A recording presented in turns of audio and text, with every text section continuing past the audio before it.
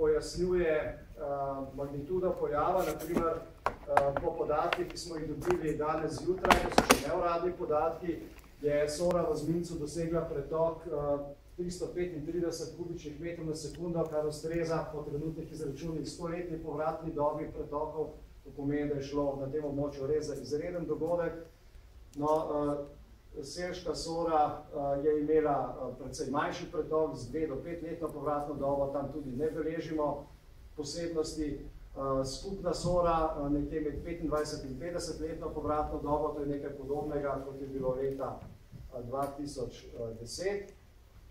No, seveda pa tudi na tem območju Dolenja, Trebuša in pa na območju Idrijsko-Cerkljanskega hribovja po zdaj znanih podatkih tudi Trebuša presega 105 kubiki 100-letno povratno dobo, vendar informacije z teh območij še čakamo, se doline pa ne počne dostopne.